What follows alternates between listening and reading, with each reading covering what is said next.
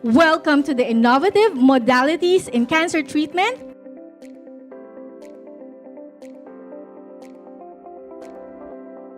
The 5.9 centimeter mass was gone.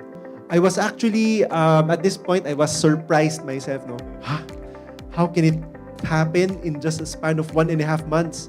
So I asked them, what did your uncle say about this mass? Their uncle said that, yeah, indeed, the tumor was gone. It's just a cavity. It's not enhancing.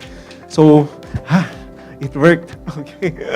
Right? Now you know. Cancer eats what? Cholesterol. Right? Simply Nature people can lower what? Cholesterol. Now you understand why you're taking the tablets? Make sense? Yeah, so more powerful than I tell you this miracle product. Just buy, eat, cure. No, we shouldn't do that, right? Because cancer is not a stationary disease. It keeps changing. So it's best that you understand what's happening. All right? Especially if we are talking about solid tumors, the number one modality of treatment is surgery. Then to prevent recurrence, then we do the other adjuvant treatments like chemotherapy, immunotherapy, or targeted therapy, and also radiotherapy. I have learned the innovative modalities that can be offered to my mom. Tapos on how to take care of ourselves also. Siguro si mom pwede sa powder, ako po pwede sa PPARS Plus naman. Yes, I will invite friends and family members na umattend sa ganitong klase ng ano. Kasi masaya ako eh. Para bang kasi masaya yung outcome, yung staff, helpful, friendly, plus yung yung panelist responsive sila sa mga tanong. Tapos very honest sila sa mga sa mga pagsagot sa mga questions. Basta nasasayahan ako. Ganun. We're always with you from start to healing.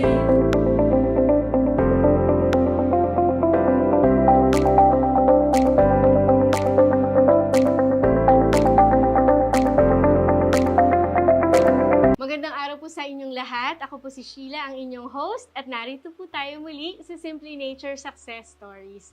Napakapalad po natin ngayong araw dahil napaunlakan po tayo ng isang lung cancer patient na may very inspiring story na ibabahagi po ngayong sa ating lahat. Magandang umaga po, Ma'am Violeta. Salamat po sa pagpapaunlak niyo sa amin ngayong araw na ito. Maaari niyo po bang ipakilala ang inyong sarili sa ating po mga manonood? Okay. Sige, salamat sa inyo. Ako po si Violeta. Magsi-67 years na ako. Na-diagnose po ako nagkaroon ako ng lungs cancer na stage 3C. Halos stage 4 na daw yun. Ay, nung 2022, nag-ubo-ubo na ako pero gumaling. Tapos nung 2023, inuubo na naman ako. Hanggat sa ang plema ko is may dugo. Hindi ko yun sinabi sa mga anak ko. Nilihim ko yung gawa nga ng akala ko TV lang. Mga buwan ng May, sinabi ko sa kanila. Alam naman nila yun na ubo ako eh. Pero sabi ko, hindi na maganda. Ang sabi ko, may dugo na yung may dugo na yung plema ko. Di pina-x-ray nila ako, mayroon ng findings na mayroon bukol ang lungs ko. Ang ginawa naman ng doktor, naman ako, CT scan with contrast. Yun nga, nakita mo, bukol sa sa lungs ko is malaki na. Hanggat sa napansin ko naman na mga buwan ng June o July, mayroon na akong nakapa dito mga bukol. Sa liig ko, binayopsy. Hanggat sa dumating ang result ng biopsy after 2 weeks, hindi na maganda. Dahil nga mayroon akong lungs cancer, stage 3C. Ayaw ko kasi nagpa-chemotherapy noon. Pero dito sa bahay, nagpakuha ako ng oxygen tank, malaki. Hindi na ako nakakakilos kasi noon eh. Halos nakahiga na lang ako, pupunta ng CR, pagbalik ko, salpak agad ng oxygen. Dahil sa grabe na nga. Talagang ang isip ko, kung anong gamot ang makakalunas. Kayo po ay gumamit ng Simply Nature PPARS. Ano po yung mga naramdaman yung kakaiba o pagbabago? Nung dati pa man, bago ako binayopsy, na nagsisimple nature na ako siguro mahigit ng 1 buwan, Maganda dahil yung dugo ng plema ko nawala doon sa PPARS liquid. Nawala yung dugo. Hanggat sa ma-biopsy nga ako, mabigyan naman ako ng yung gamot ng biopsy, eh, magaan-gaan na magaan-gaan na ang pakiramdam ko kasi wala naman ng dugo. Naisabay po ninyo itong Simply Nature PPARS dun sa GPT po, no, yung targeted therapy po na nasabi ninyo kanina.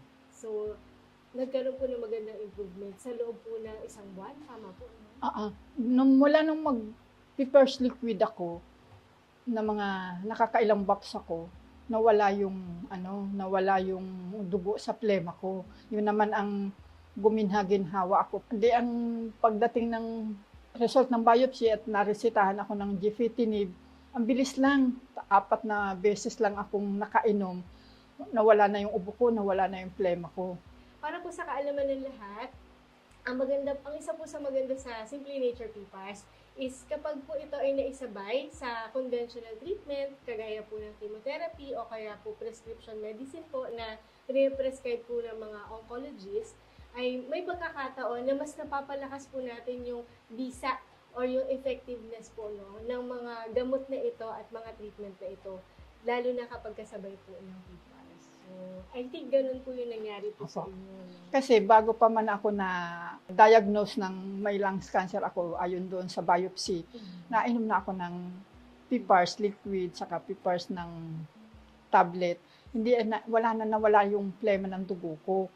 May 1 buwan na rin. Ang ganda ng epekto sa akin. Ang sigla ko na, 1 buwan, 1 linggo. Hindi na ako nahingal, hindi na ako nag-o-oxygen. Pero after po na, so nagtuloy-tuloy po kayo ng gamit din po ng Simply Nature PPARS? Hanggang ngayon, nag-Simply Nature pa rin naman ako for prevention na pampalakas din ng resistensya.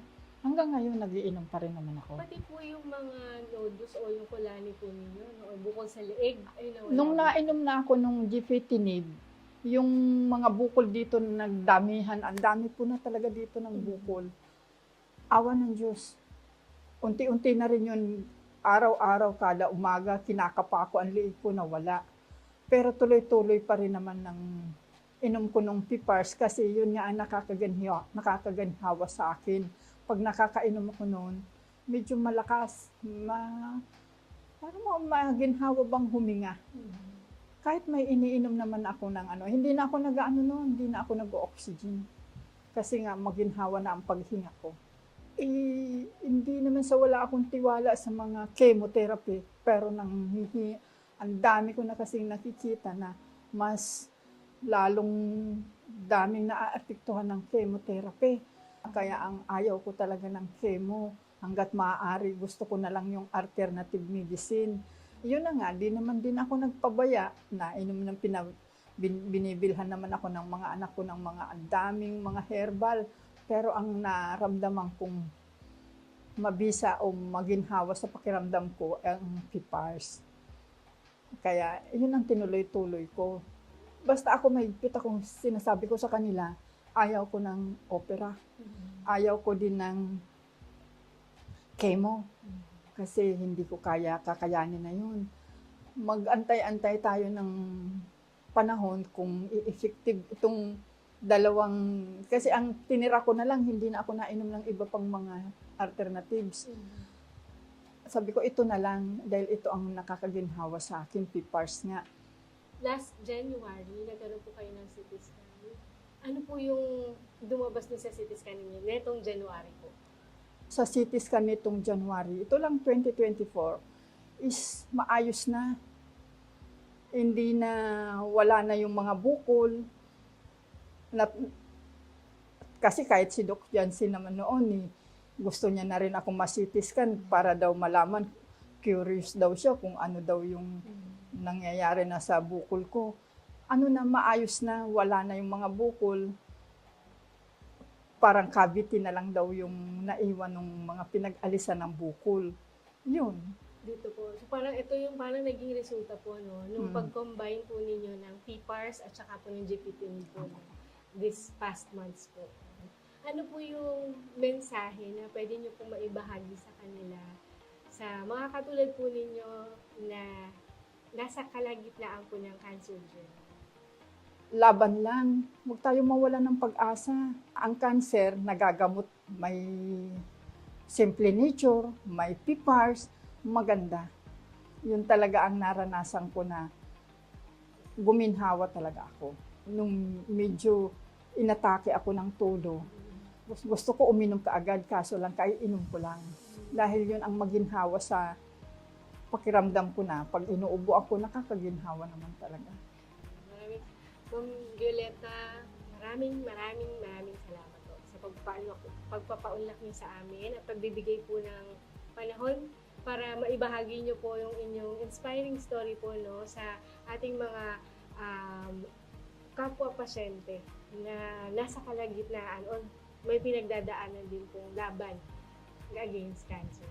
Ay, ako si Violeta, 67 years old. Na-diagnose po ako ng lungs cancer, stage 3C. Dati po, hirap ako sa paghinga, naubo, at ang plema ko lumalabas, maraming dugo. Talagang hindi ko na rin alam kung paano. Nung mag-take po ako ng Simple Nature's PPARS liquid at PPARS tablet, maginhawa po ang aking pakiramdam at nawala po ang dugo. At sa ngayon, hanggang ngayon, maayos na po ang pakiramdam ko. I trust Simple Nature. Maniwala po tayo.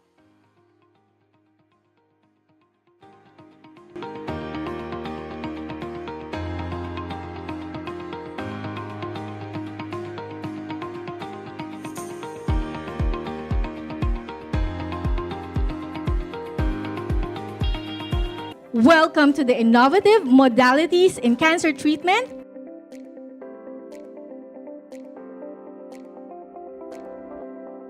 The 5.9 centimeter mass was gone. I was actually, at this point, I was surprised myself, no? How can it happen in just a span of 1.5 months? So I asked them, what did your uncle say about this mass? Their uncle said that, yeah, indeed, the tumor was gone. It's just a cavity. It's not enhancing. So, it worked. Okay. Right? Now you know. Cancer eats what? Cholesterol. Right? Simply Nature people can lower what? Cholesterol. Now you understand why you're taking the tablets? Make sense? Yeah, so more powerful than I tell you this miracle product. Just buy, eat, cure. No, we shouldn't do that, right? Because cancer is not a stationary disease. It keeps changing. So it's best that you understand what's happening. All right? Especially if we are talking about solid tumors, the number one modality of treatment is surgery. Then to prevent recurrence, then we do the other adjuvant treatments like chemotherapy, immunotherapy, or targeted therapy, and also radiotherapy. I have learned the innovative modalities that can be offered to my mom. Tapos on how to take care of ourselves also. Siguro si mom pwede sa powder, ako po pwede sa PPARS Plus naman. Yes, I will invite friends and family members na umattend sa ganitong klase ng ano. Kasi masaya ako eh. Para bang ano, kasi masaya yung outcome, yung staff, helpful, friendly, plus yung yung panelist responsive sila sa mga tanong. Tapos very honest sila sa mga sa mga pagsagot sa mga questions. Basta nasasayahan ako. Ganun. We're always with you from start to healing.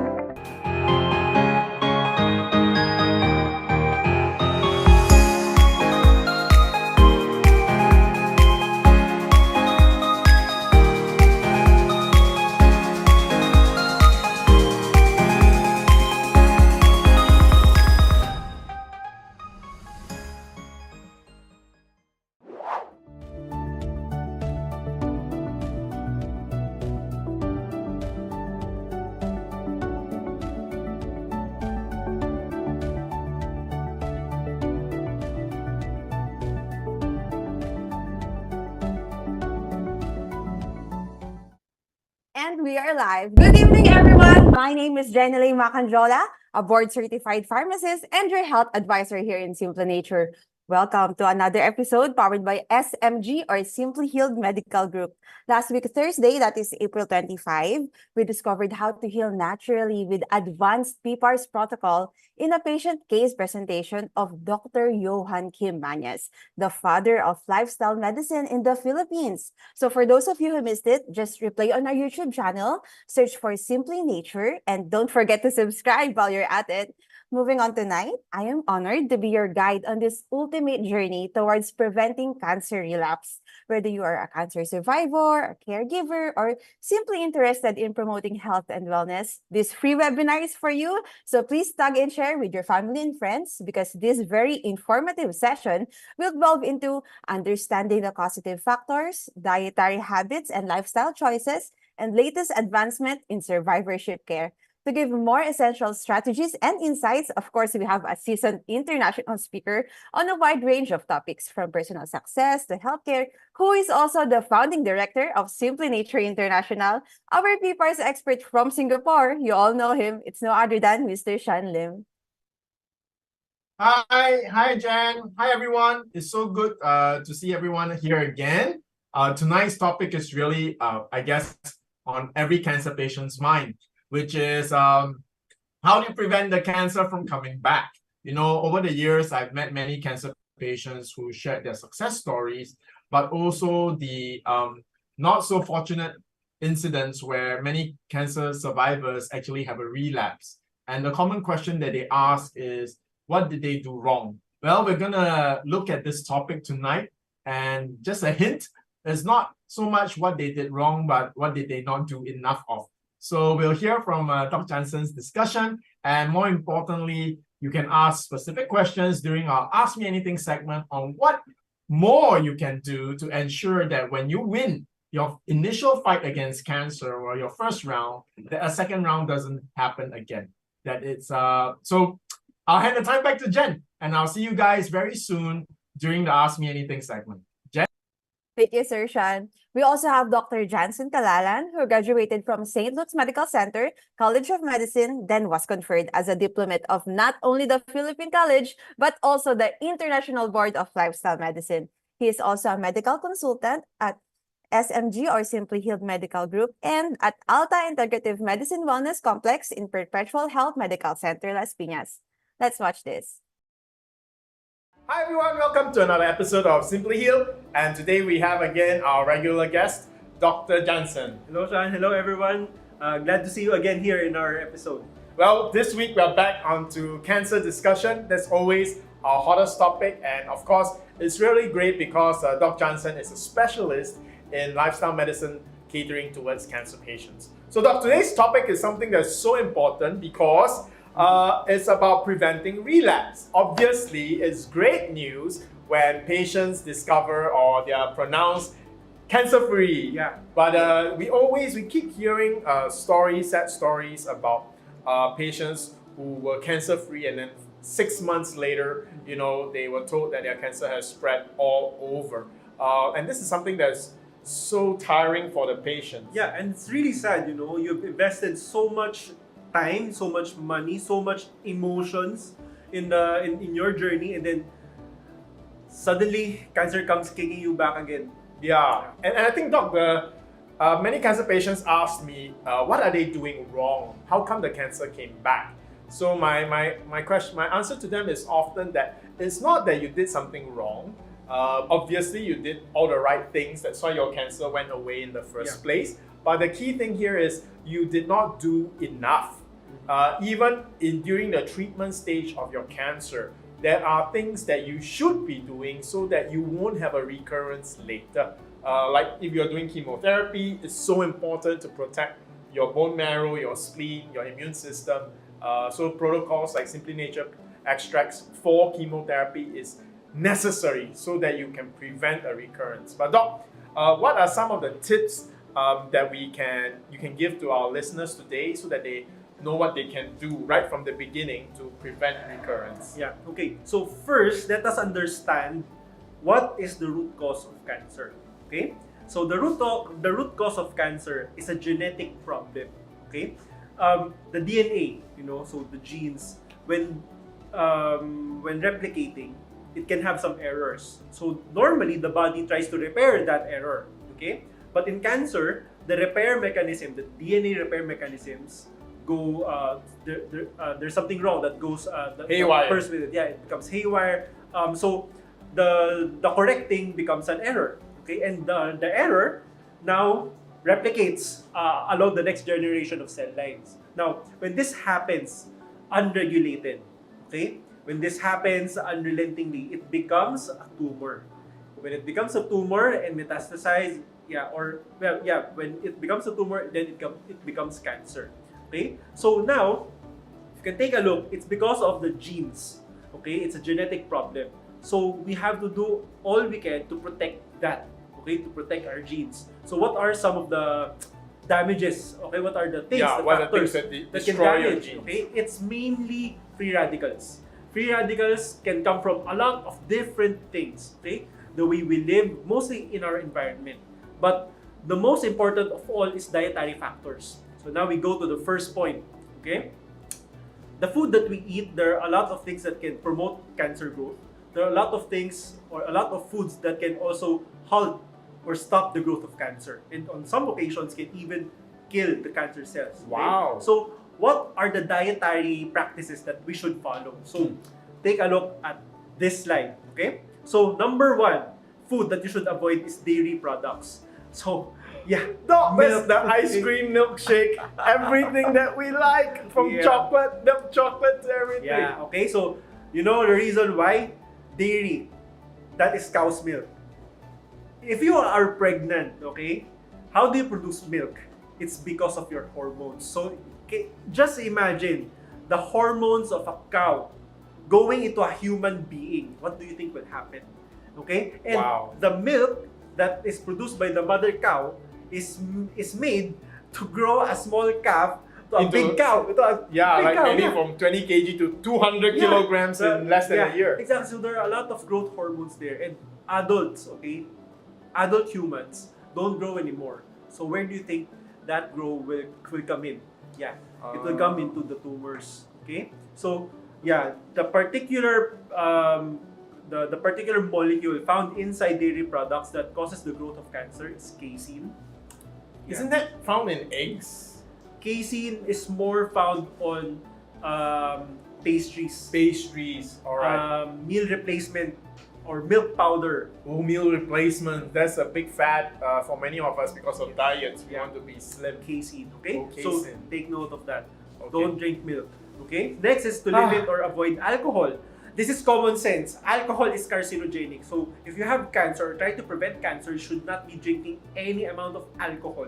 Okay? It just takes one cell to mutate and multiply unregulatedly for it to become cancer. Okay? So it's in your best interest to avoid alcohol. Let's move on to the next. You have to avoid red meat and processed meats. Okay, this one is already classified by the WHO as a group 1 carcinogen. If it's a group 1 carcinogen, it causes cancer. Okay, so all red meat causes cancer. Yes, specifically colorectal cancer. But it's not limited to that. There are other cancers that it can cause. But processed meat, you have to avoid that. So processed meats will be your corned beef, corn tuna, sausages, dried meats. Okay, so those stuff. Okay, so next is the way that we cook our food. Grilling, frying, broiling. Okay, those can increase the risk of developing these types of cancer. Colon, rectum, breast, prostate, kidney, and pancreas. This is like all the common cancer. Okay, so so it makes sense now why cancer is so common, because Doc, everything that you said for us to avoid is everything that we indulge in to relieve stress, to enjoy ourselves. We eat ice cream, chocolate. Now, next one is the food that you should be eating. Okay, so the food that you should be eating are fruits, vegetables, legumes, and whole grains. Okay, these 4 food groups. Why? Because these 4 food groups are very rich in antioxidants. Okay. Antioxidants is the one that protects us from free radicals, because antioxidants are free radical scavengers. Okay, so if the free radicals inside your body is low, then there's nothing that will damage your DNA. Okay, and also as a bonus, you can actually prevent aging. Okay, yeah. So another one is soy. Okay, so women should consume soy products. Okay, not just in adolescence, but also throughout their life, in order to decrease the risk of developing breast cancer. It's the same thing when you already is diagnosed with breast cancer. Okay, you should be eating soy because studies have already shown. Okay, those women who got diagnosed with breast cancer, if they eat soy, if they consume soy, their survival rate is longer than those who do not. Okay, so it's already a proven thing. Okay, this has already been debunked. Soy should be part of your diet, especially when you are. Yes, because there was some time ago, I remember maybe 5-6 years ago, they said that taking soya bean would cause cancer. It's because of the phytoestrogen. So since phytoestrogens, since it's estrogen, right? So it attaches to a receptor in the breast cancer tumor that makes it grow. But actually, they found out that this is not true. Okay? Oh, it's not true. It's not true. Yeah, it is estrogen, but the key difference there is that it is a phytoestrogen, meaning it's a plant estrogen. It's not an animal estrogen. So the way they react inside our body is different. So now, if you do this, how much benefit will you reap by doing this? It's actually, you will actually be able to lower your mortality rate from having cancer, heart disease, and dying from all other causes by as much as 25%. Wow. Compared to if you don't follow this. Okay, so you can just imagine that impact. As an encouragement to all our viewers, because if you are like me, you might have been stunned that you cannot take your milkshake, you cannot eat your ice cream, you cannot take your fried food, you cannot take your steak and all your meat. You know, research has shown also that if you reduce all these intake from whatever you're taking now to 20% of your entire diet, you are making very good headway, right? That means you will make a big difference to your health already. So I know some of us, when we listen to advice like this, that wow, go plant-based completely, you're like, that won't work for me. I give up. I don't even need to try because it's impossible. I want to let you know that don't be discouraged. You know, if you can reduce your meat intake to only 20% of your total diet, all right, then you already make good difference. And trust me, once you are able to reduce it to 20%, in the future, we don't have to persuade you to move from 20% to lower. You will naturally be able to do it because you will feel all the benefits.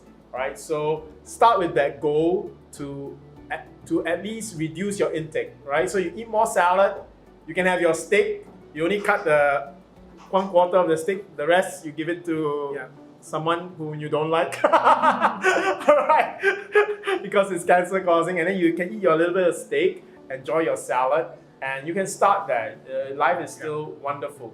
And you can work your way towards a totally meat-free diet in the long run. All right, so don't feel like you have to go cold turkey because I know it's pretty hard. Yeah. It's pretty hard. Yeah. Okay, at least you know the goal. Okay? You know the goal. Yeah. So next is physical activity. Now, yes, we need to have physical activity because physical activity can actually prevent us from getting recurrence. Now, how much physical activity should we do? Oh, that's important. Yeah, according to this study, how much benefit would you be getting from physical activity?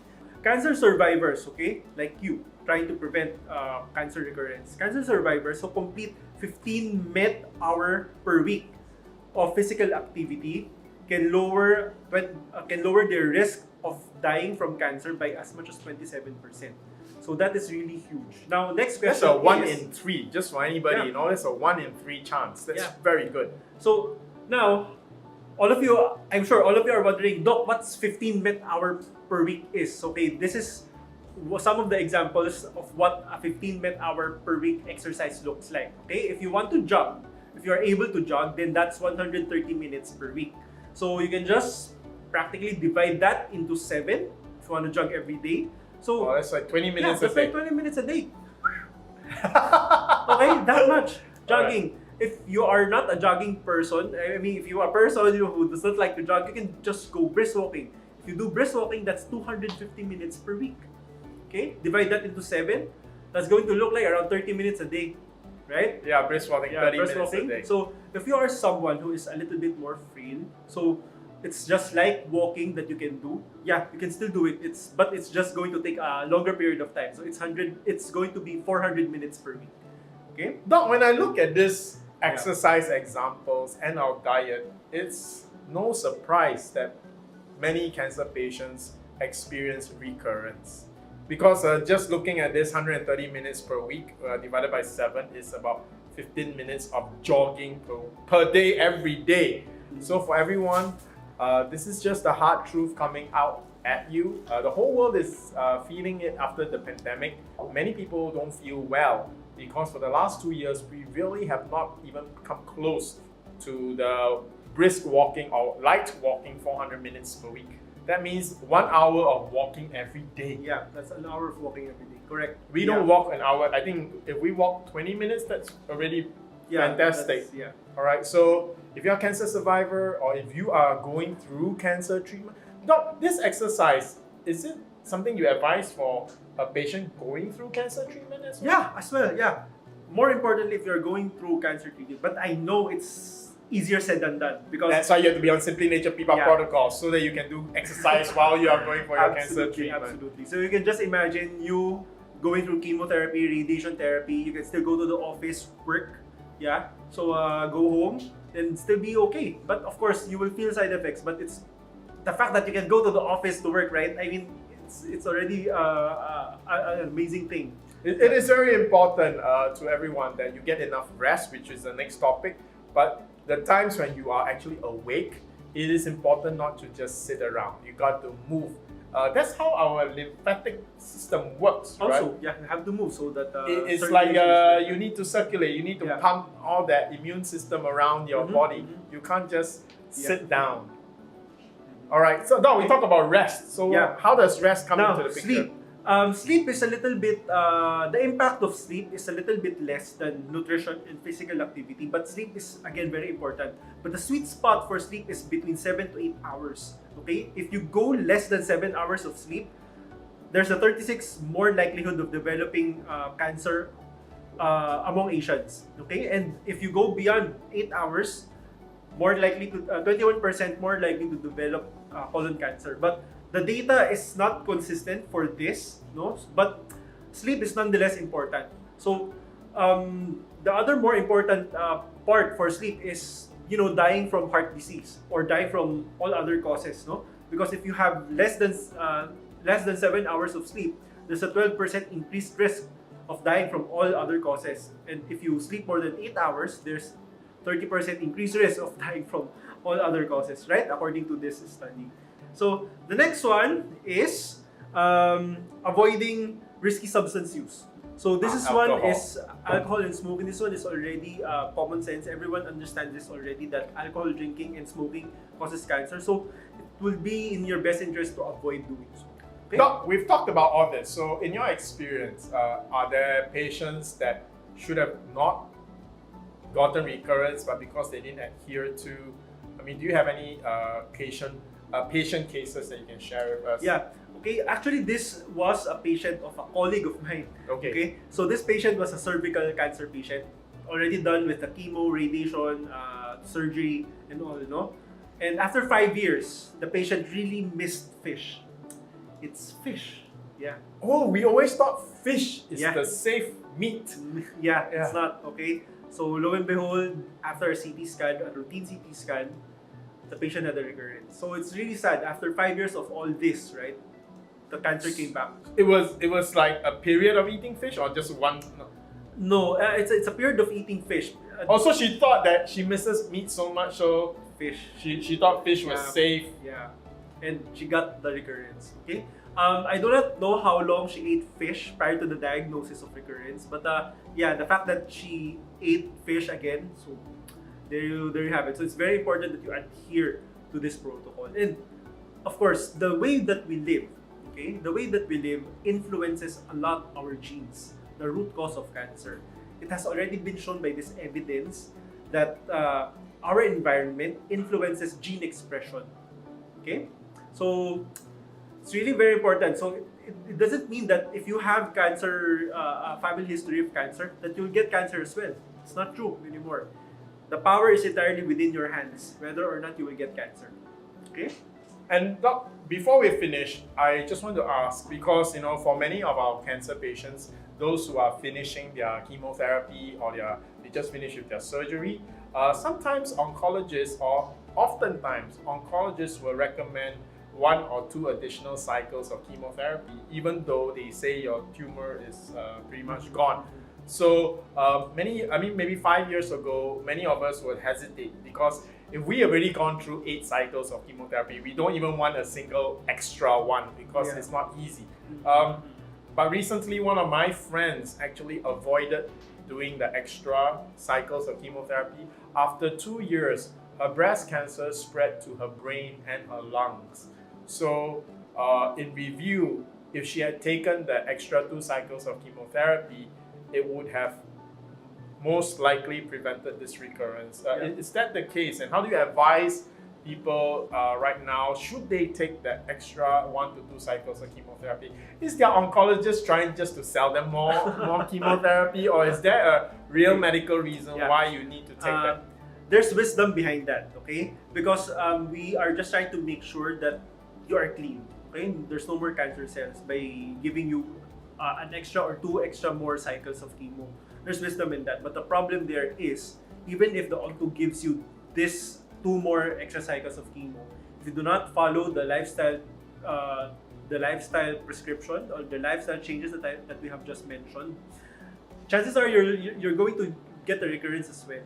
Doc, what's the advice about taking that extra chemotherapy, and even normal chemotherapy? What should the patient who's undergoing chemotherapy, whether it's the standard or the extra last 2, what is their primary things that they need to take note of? Yeah, okay. So now, giving you the extra or going for the extra 1 or 2 chemotherapies, there's wisdom behind that.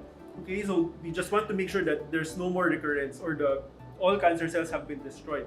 Now, of course, if you do not live properly, or you do not have the proper lifestyle, then even if you get those 2 extra chemotherapies, eventually the cancer will come back. Okay? But as much as possible, we want to preserve your immune system, because giving 2 extra more chemotherapy can, of course, make your immune system, weaker again. Okay? So if you have a weaker immune system, of course, cancer can come creeping back in again. Okay? So we also want to preserve your immune system as much as possible. That's why you have to practice these lifestyle habits immediately. Okay? And of course, we cannot avoid the side effects of chemotherapy. So we can always have Simply Nature PPARS to help, boost your immune system, modulate your immune system, so it doesn't go down so much. Okay? So that's the really key important fact when you're going for chemotherapy, because the fear of chemotherapy has always been that you damage the normal cells and that you hurt the immune system. So if you can protect your immune system, like your bone marrow, which produces your red and white blood cells, which are key to your immune system, then you basically control the negative effects of chemotherapy, or rather the more serious negative effects of chemotherapy. So for all patients undergoing chemotherapy, do not forget to take your Simply Nature PPAR extract protocols, not just the tablets. You need to go for the extract. If you're doing very well in chemo, soft gels. If you're really feeling the heavy effects of chemo, then use the powder or the liquid extract. All right? So Doc, I think we've covered all the key questions and key points for recurrence. So let's go to our Ask Me Anything segment. Yeah, I'm already seeing a lot of questions. Okay, so see you in the Ask Me Anything. Rizalin Plaza, Dolly Calubad, Helen Camonayan from Baguio, Dennis Mirales from Parañaque, and Edna Alarcon. Webinar is not the same without you. I would also like to greet our new viewers. Hazel Recalde. Oh, she's a breast cancer survivor. Congratulations po, ma'am. And Joy Castillo, Jack Jimenez, April Elento from Batangas. So welcome to the program. Now, to answer all your questions in this modern world filled with noise of different health opinions. Only trust the ones from the experts. May I call on again Mr. Shyan Lim and Dr. Jansen Kalalan. Hi, Jen. Hi, Doc. Hi, Good good evening to you all. Hi. Good evening, everyone. Okay, I can see a lot of questions coming up and shown privately. So let's just start the live AMA or Ask Me Anything portion. First question I just coming want to say from... one thing first. Sorry, just want to say one thing. Yes. Doc, you look very lively today. Did you have a good day today? You seem so alert. Yeah. I like the It was a good day, glasses. a good hot day. My gosh, Good it's so hot day, right? Yes. To all our viewers, I know it's really hot. Please take care of yourselves. Heat stroke is a very real thing, you know. Yeah, so take care of yourselves. Okay. First question coming from Dolly Kalubad. Can we take PPARS along with Chinese herbs and medicines? Okay, I'll answer that one. Yeah, you have the Yeah. certification. Okay. Yes. Okay. For just for your information, Chinese herbs, especially formulations, right? Prescriptions. Okay. The prescriptions usually strengthen organs and bring balance back to your body. That's how TCM works. TCM doesn't have a specific formula for cancer, because in traditional Chinese medicine, there is no such diagnosis as cancer in the first place. They will have deficiencies and excesses, which leads to what the Western conventional medicine would call cancer. So they will treat cancer in a very different way. They will try to harmonize or rebalance the organs and the systems in the body, including the more abstract concepts of qi and blood flow, right? So does it conflict with PPARS? No, it does not. Now, with all TCM, you generally do not take it with other tonification. All right. So so TCM usually they have the prescription before food or after food. All right. So that's because some of the formulations, the prescriptions need to have your body needs to be eating something before. So you don't want to eat it on an empty stomach, because it could be more stressful on your GI. All right. So that's the reason. So for PPARS, it does not conflict with any of the balancing that the TCM would do, whether it's excess or deficiency. But what we will always recommend is that normally when you take your Chinese herbs, you take it separately from any supplementation that you're doing. So we're talking about an hour, 1 hour break away from your TCM, because the TCM are herbs. Herbs are not like foods, all right? Herbs actually have therapeutic effect, both toxic and non-toxic. So in your prescription for TCM, let's say there are 8 or 9 ingredients. Usually 4 or 5 are the active ingredients for the particular approach that the prescription is supposed to do. The other 3 ingredients is to balance the 5. Okay, so you can see that TCM, the prescription, they do balancing in itself. So you don't want to take any supplements that work so close to the TCM, because the prescription of the TCM is a finely tuned prescription. However, the effect of the prescription will not have contraindications with PPARS, whether it's the tablets or the extracts. All right, it's just that when you're taking the prescription itself, you want to take it alone, either before or after food, but you don't want to mix it with supplementation. So take a 1 hour break, but in terms of the effect, no, there's no contraindication. Okay, yeah, I hope that's very comprehensive, and I hope I gave you some ideas how your TCM actually works. Doc, I heard you will be embarking on the TCM route, adding to your many qualifications now. Yeah, I'm going to take some classes on acupuncture actually. I'm very overjoyed. It means that in the future, our discussions will be even more interesting for our audience, and that you will also bring another approach to your support for Yes. our patients, right? Yeah, the main reason why I decided to take on acupuncture is because of pain management. Up until now, pain management in cancer care is a big problem. Yeah. Yeah, I have patients where they have tried all sorts of pain medications. So I'm um trying to do whack-a-mole. You guys understand whack-a-mole? Okay, Yeah. when yeah, trial and error, so to speak. So I'm basically trying to cycle them through the pain medications that are in existence right now, no? So just basically to wean them off from their first pain meds, then shift them to another, then later on put them back on their old meds. So it's really frustrating to be honest. Um, the only solution left is to use morphine, fentanyls, which are very addictive, highly addictive at that, no? Yes. Yes. Yes. And the patient is kind of reluctant, and I am actually really reluctant to give. So I hope acupuncture can well, it definitely would add to my arsenal of tools to manage pain. But I hope acupuncture can have very good patients no can get a lot of value from it. You With know, these, yeah. I'm sure it will because yeah, I've gone through acupuncture program myself, and one of my classmates is actually a very experienced rehabilitation doctor.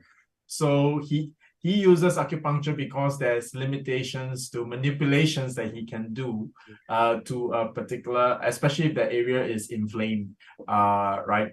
So doc, this means that our live sessions at SMX in the near future, maybe we can do some live acupuncture. And for our Yeah, audience, it'll be of very course. interesting. The We pain can you get from acupuncture is instantaneous. You literally put the yeah, needle in and we can immediately the pain goes away. probably raffle some some off. So it'll be fun, right? So to all our audience, both Dr. Jansen and I, we are truly committed to this journey that we are always learning new things, new approaches to giving you the best advice that we can. So, there are more and more people asking us about TCM. So, you know what? Instead of saying no or I don't know, we got ourselves into it so that we can better give you better and more balanced advice. Yeah. So next question, Jhen. Okay, next question coming from TP Hersu on Facebook. Can we order even we don't have cancer? Can we take PPARS even we don't have cancer? Oh, definitely. All right. I have been taking PPARS since 2001, year 2001. I definitely don't have cancer. Okay, and I'm 50 years old this year. So I'll let you know, since you have no ailments, this is the one benefit you probably want, all right? Anti-aging. And look at me and Dr. Jansen, we are brothers. No, but I can actually be his uncle, all right? And you will see Dr. Jansen 10 years from now, he will look just as handsome and guapo as he is today. All right. So the anti-aging part is really something that is very effective for. Now, even though you don't have cancer, if you are having a modern day diet, if you are enjoying yourself eating from restaurants, very likely you will need something to help you with your metabolic syndromes. So even if you're borderline blood sugar, blood cholesterol, in general inflammation that comes from long COVID or just the aging process, your joints do get inflamed as you get older because of the buildup of our lifestyle, right? All this, the PPAR tablets really help to balance off and help you manage so you age very gracefully into the future. And Dr. Jansen, I've been watching, my wife has been showing me amazing TikToks. There are these like 92-year-old ladies, 88-year-old ladies who can do pull-ups. Wow. and do I like cannot even like do this one. bodybuilding, showing the muscles. I'm like, oh my God. And they Wow. can sprint. Oh, this one really shocked me. 92-year-old can 92. sprint. Right? Normal 92-year-olds are trying not to fall down, right? Walk very carefully. So I'm getting into this, everyone, that there seems to be also more and more TikTok is showing more videos and really inspiring a lot of people how you can age very well. And for our cancer patients, this is also this is the goal that you should set, not only to be cancer free, right? To be fit and active. That's what it means to have recovered from cancer. Not just that you go for your diagnostics and you're cancer free, but you're also muscular, you can sprint, you're full of energy, and you can do jumping jacks and even pull-ups when you're 75 years old. All right. So all these things can be, PPAR tablets is your best foundation. So I'm not going to be shy about it. I really think it's your best foundation. That's like the base supplement that you take. And then after that, depending on what you may be lacking, you can add to it. So if you think that you're doing a lot of exercise, so you find that fatigue, vitamin C does help a lot when it comes to recovery. So then you can add vitamin C to it. Or if you find that you don't go out often, so you need vitamin E, right? Or D. Yeah, vitamin D from sunlight because you're always in the office. Then yeah, on top of the PPAR tablets, you didn't take vitamin D. But yeah, so that's the answer to your question. All right. Thanks, Jhen. Okay, next question coming from Mary Lou Magsombol. I am 9 years cancer-free, monitoring every 6 months, and I am safe. Am I already safe? Go, Doc! I think so. I mean, at Yes. 9 years, yeah, but to answer you for sure, whether or not you're safe already, I have to look at your cancer profile. I don't know what kind of cancer you've had, but here's one tool that you can use. If you have breast cancer, you can go to this site. Wait, let me look at the website again. Predict Breast. Yeah, that's the name of the website. This website was developed by the NHS of the United Kingdom. So this tool for breast cancer prediction, the prognosis prediction, survival prediction, they've made it in a way that they get a lot of information from you, not just your age, not just the kind of breast cancer, the size, they even take into account your family history, whether or not you're menopausal, at what age did you get your diagnosis, what kind of tumor grade you've had, details about your biopsy, surgical pathology. They got it and they developed a model so you would know the benefits of what kind of treatment, how much would this treatment add to your survival, if you have had it before, how much, how would it influence your survival rate at this point, when you're already on remission. So really wonderful tool that was developed by the NHS. So if you are a patient that had breast cancer, probably it's a good idea to go into this website and see where you are. Yeah.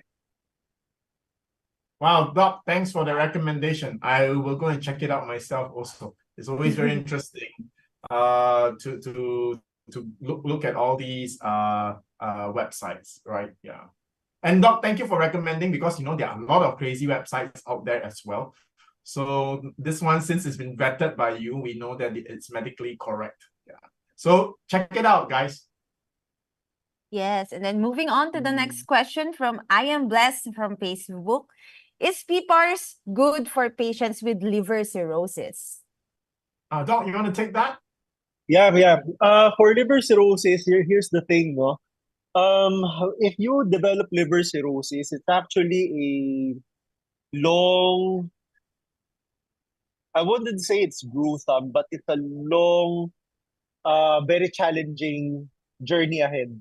The reason why is because if you develop liver cirrhosis, chances are you will develop liver cancer. And liver cirrhosis is very similar to CKD, in that if your liver becomes cirrhotic, it cannot be reversed to the regular liver, the normal liver already.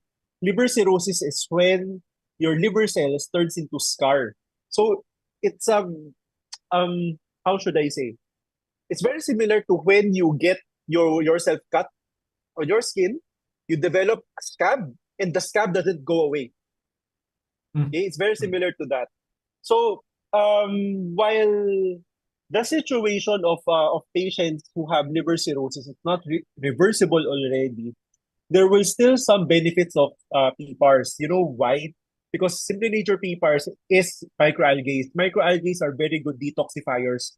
They pull out heavy metals, no, from the body for you to urinate them, excrete them.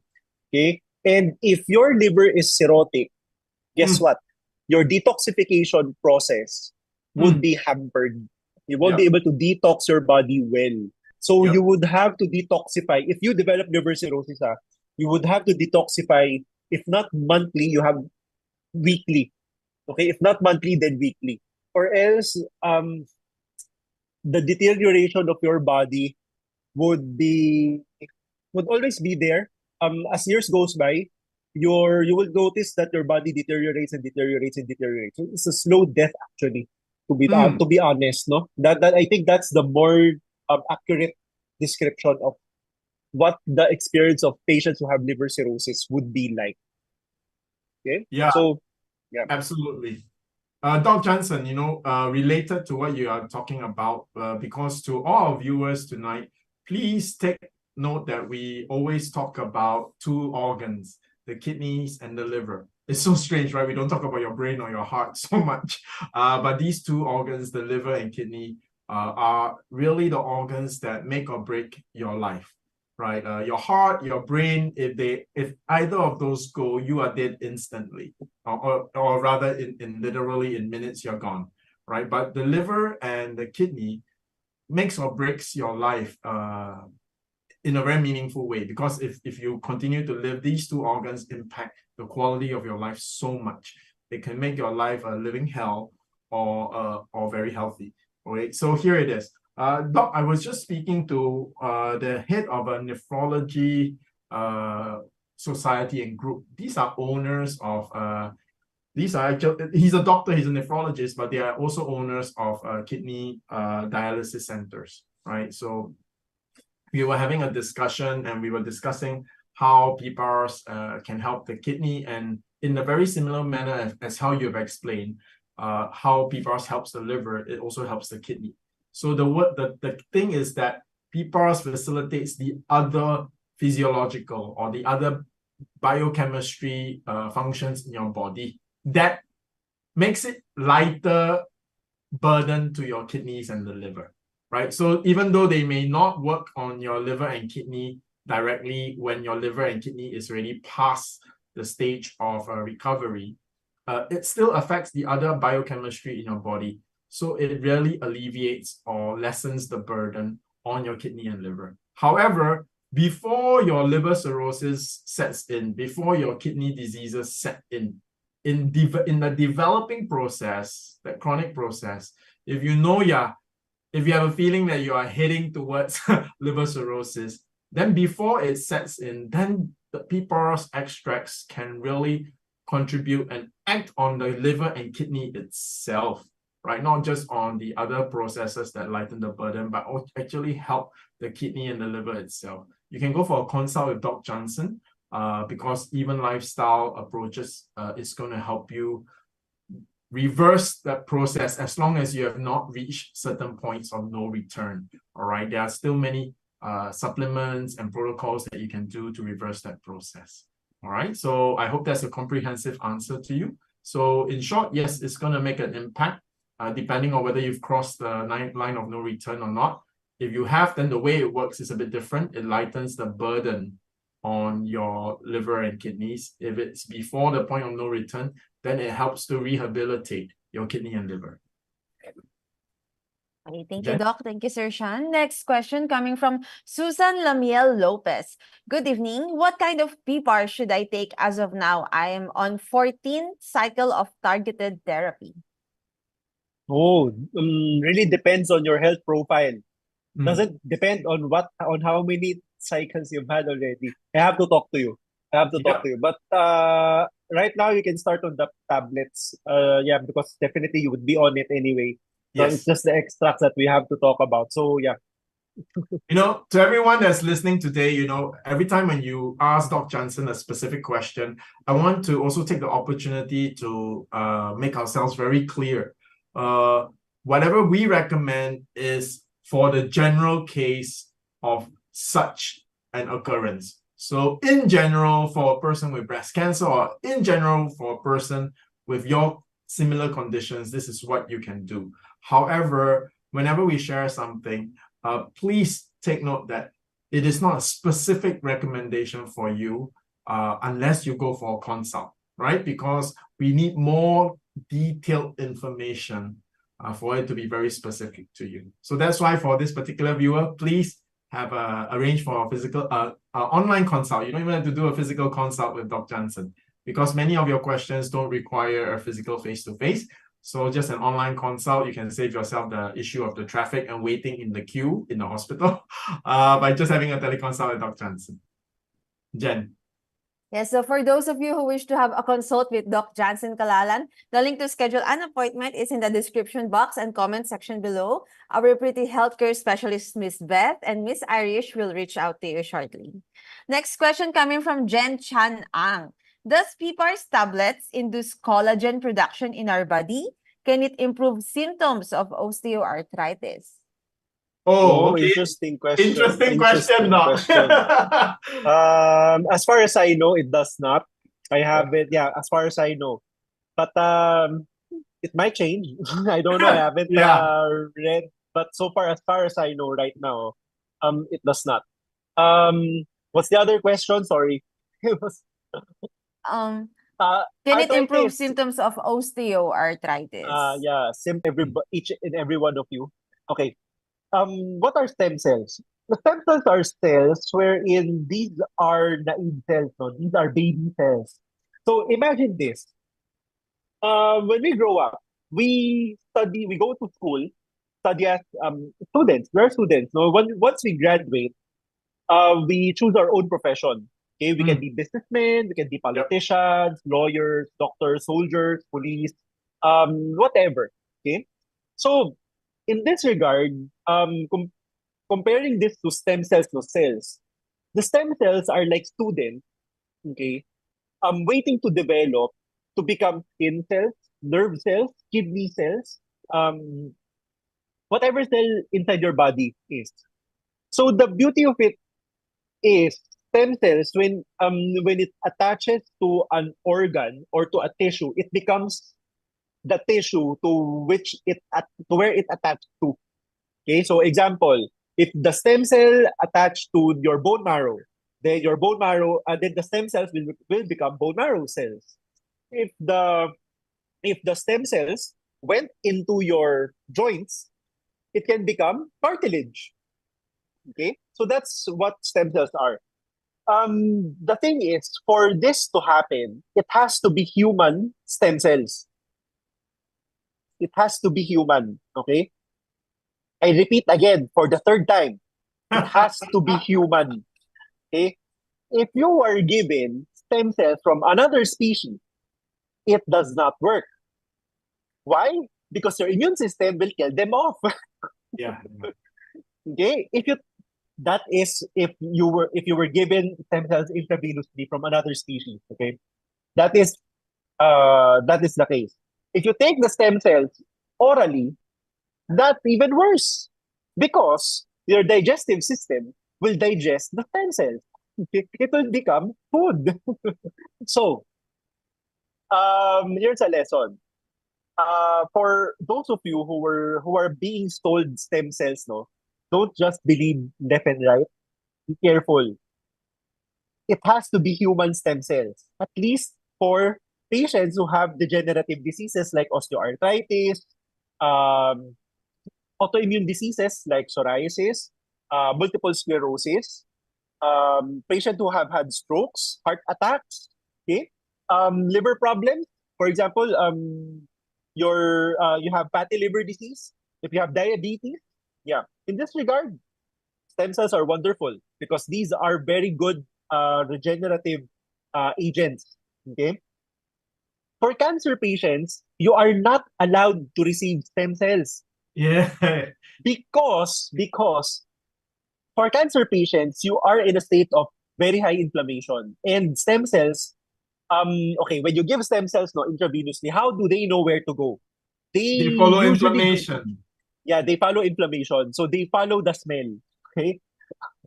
So if you're a cancer patient, then the tumors, okay, these are very highly metabolic entities. A lot of inflammation going on there. The stem cells will go there. If the stem cells go there, guess what? The stem cells will become cancer cells as well. Okay? So I have had my fair share of horror stories from patients that I have seen before. Please don't go into this path.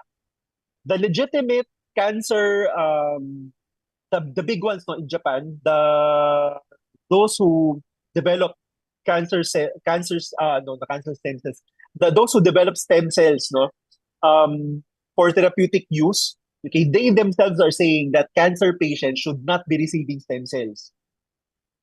Okay, there are exceptions, however. There are exceptions where we can break this. It is when you are when your bone marrow was destroyed completely already. Yeah. Okay, then that's the time. Probably because if you don't replace your bone marrow or help your bone marrow grow, you'll die. So might as well give you stem cells to help it regenerate. Probably we can buy more time, no? So that is the only case when it would make sense to give you stem cells. Okay? Listen, everyone, okay? Again, stem cells, be careful, okay? Okay, I Don't- think I want to chime into this because I've been in I go to many exhibitions when it comes to health supplements, right? Just to understand the industry. So when I go to these expositions, exhibitions, it's very interesting. There will be many products like plant stem cells, powder, and all this. So what Doc Jansen is saying is all these are gimmicks. At best, they have some nutritional value, okay? But they don't work like stem cells, right? So it's gimmicks, all right? It's just gimmicks. You can probably get the same or better results with PPAR tablets than them. So they don't work the way they are misusing the term stem cells. That is why, Doc, correct? The true source of stem cells, which is why people preserve their cord blood. Right? When your baby is born in the umbilical cord, they cut it and they keep that, the cord blood, because the cord blood the placenta contains a lot of stem cells. So, and it's your stem cell, right? It's your body's. It's literally Doc Jansen's or Shyan's own stem cells. So they preserve it for future use. A lot of wealthy people who are eccentric will do that. They'll preserve it for 2 decades in the hopes that one day they can even use the stem cells for cloning organs or whatever. That's the concept, because stem cells are like primary cells. Okay, I just want to tackle the collagen thing. Does it help collagen? Okay, because it's very interesting. I have a good friend who is a supplier for collagen peptides. Okay, and it's really effective because I do use it sometimes, right? And then when I get together with him, we compete who looks younger. Okay, we compete who looks younger. So he actually takes in collagen.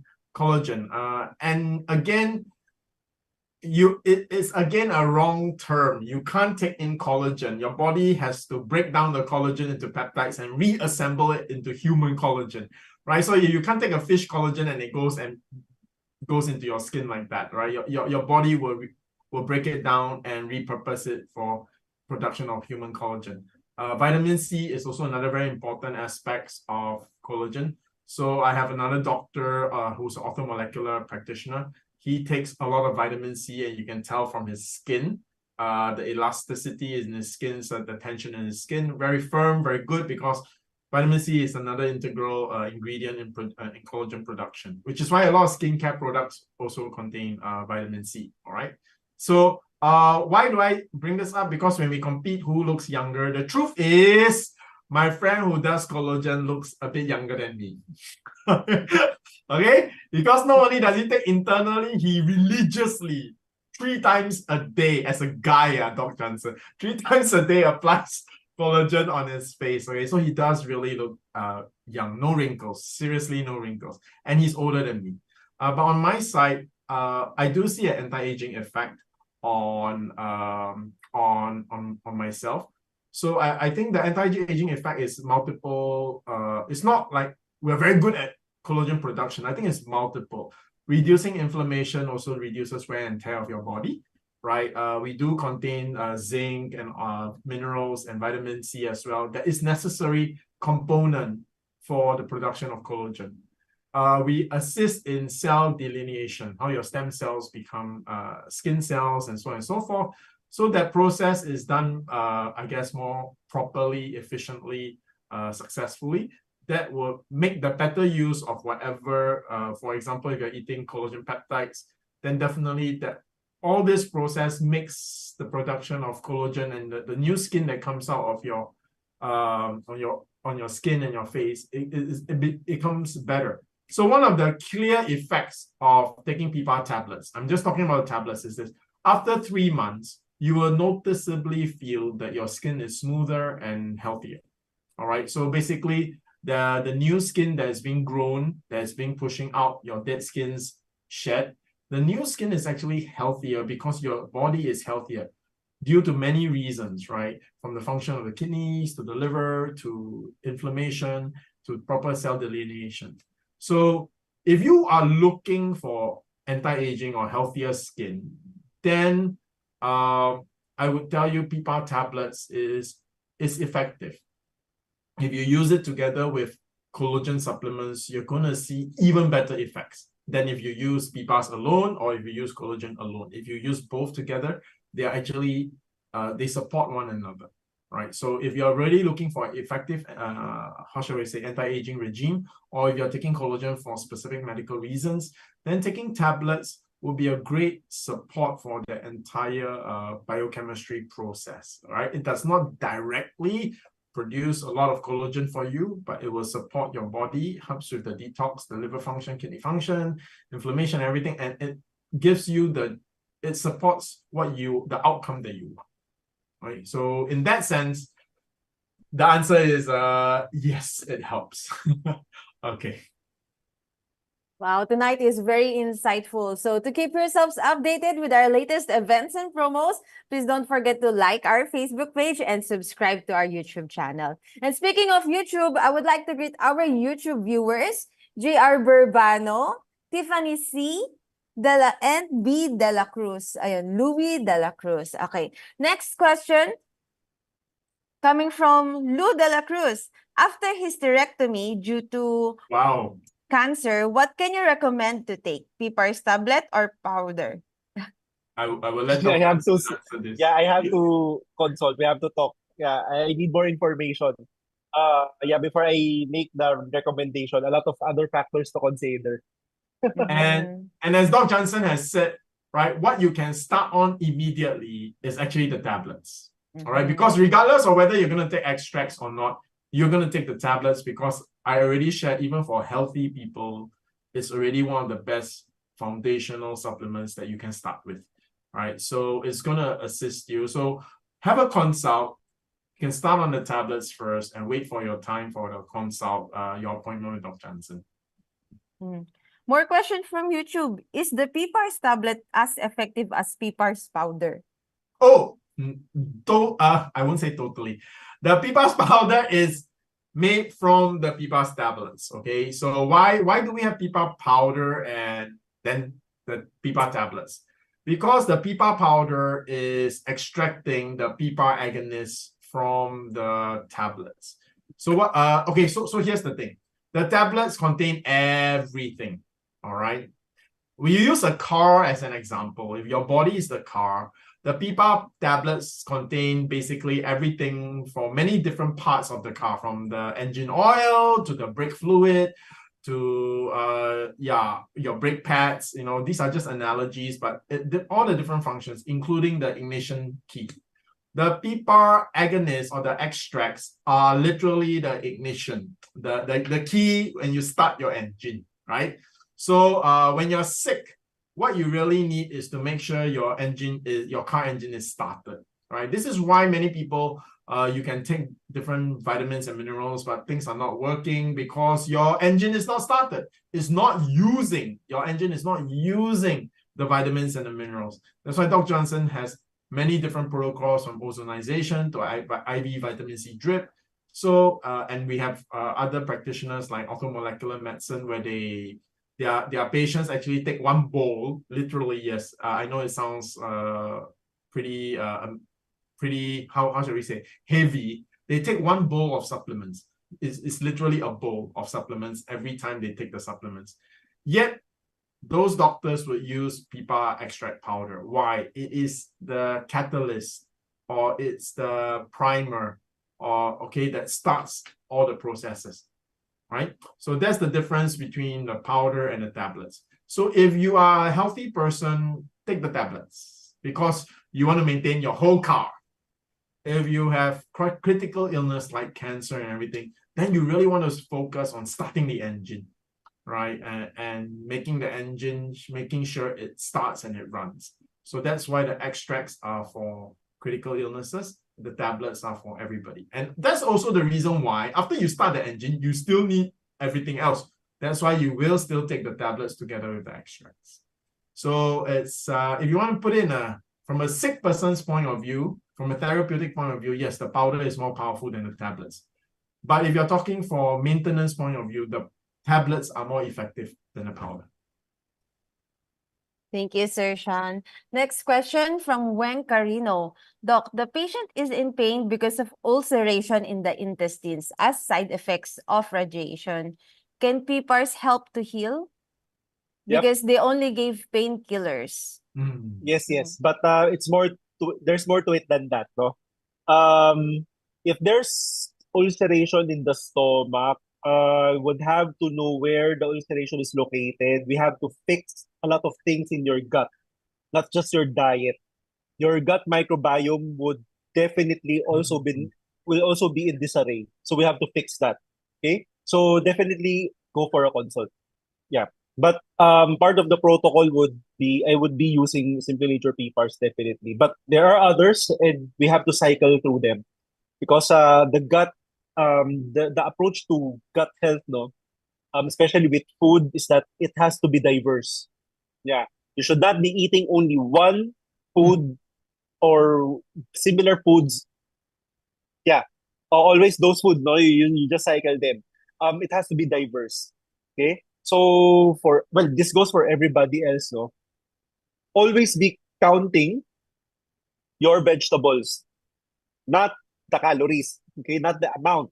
Always count the number of different kinds of vegetables, plant foods that you eat in a day. You know, Doc, you practice your conventional medicines, lifestyle medicine diplomate, right? So I know in lifestyle medicine, they have the groups, right? Legumes, four basic vegetable groups, right? Fruits, vegetables, whole grains, and legumes. Thank you. Okay, from the TCM, there's another guideline, 5 colors.